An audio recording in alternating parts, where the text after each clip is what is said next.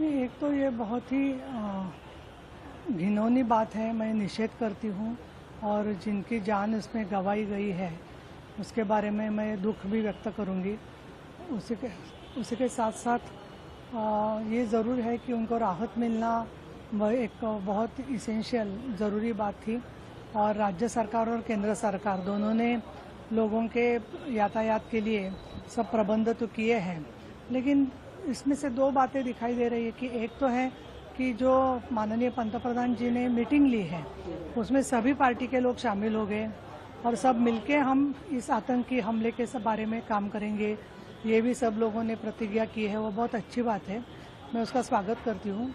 और जहाँ तक शिवसेना का सवाल आता है तो हमेशा कोई भी आपत्ति हो, फिर वो बाढ़ हो या किसी आंधी आई हो, तो ऐसी स्थिति में हर समय शिवसेना आगे रह चुकी है।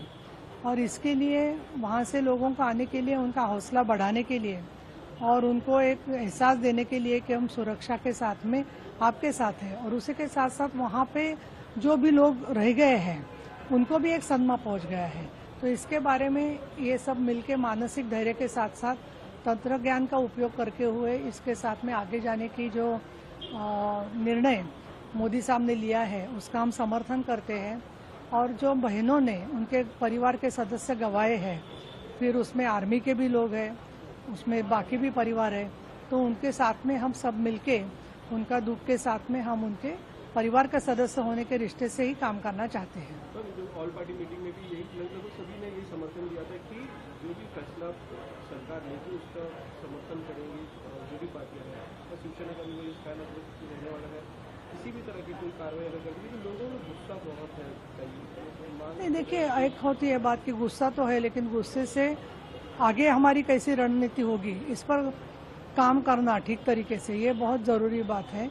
क्योंकि गुस्से में आकर हम और कुछ बड़ी बातें कर रहे हैं तो उसका क्या परिणाम और पूरे दुनिया पर होगा इसके बारे में भी सोचना ज़रूरी है। लेकिन इसका मतलब ये तो नहीं है कि जो हमला करने वाले लोग हैं तो उनको ये लगे कि इस तरीके की बर्बस क्रियाएं जो है, उनकी जो हत्यारे तरीका है वो चल जाएगा। इसमें तो कसाब को भी सबक सिखाया गया है, इसी के पहले अफजल गुरु को भी फांसी दी चुकी है। तो कहीं ना कहीं देर होता है लेकिन अंधेर नहीं है। ये पूरी दुनिया का इंसाफ है और हिंदुस्तान का भी वही इंसाफ है। लेकिन ये मजबूरियां करने वाले लोग अंदर से खोखले और कमजोर लोग हैं। अपनी वहाँ की जनता को गुमराह करने के लिए वो इस तरीके की हरकतें करते हैं और इसमें तो बताए रहे हैं कि हमारा कुछ संबंध नहीं है, लेकिन ये सब उन्होंने ठीक तरीके से पाकिस्तान ने इसके बारे में पूरी ये साजिश की है, इसके बारे में सभी को कोई भी शक नहीं रहा है।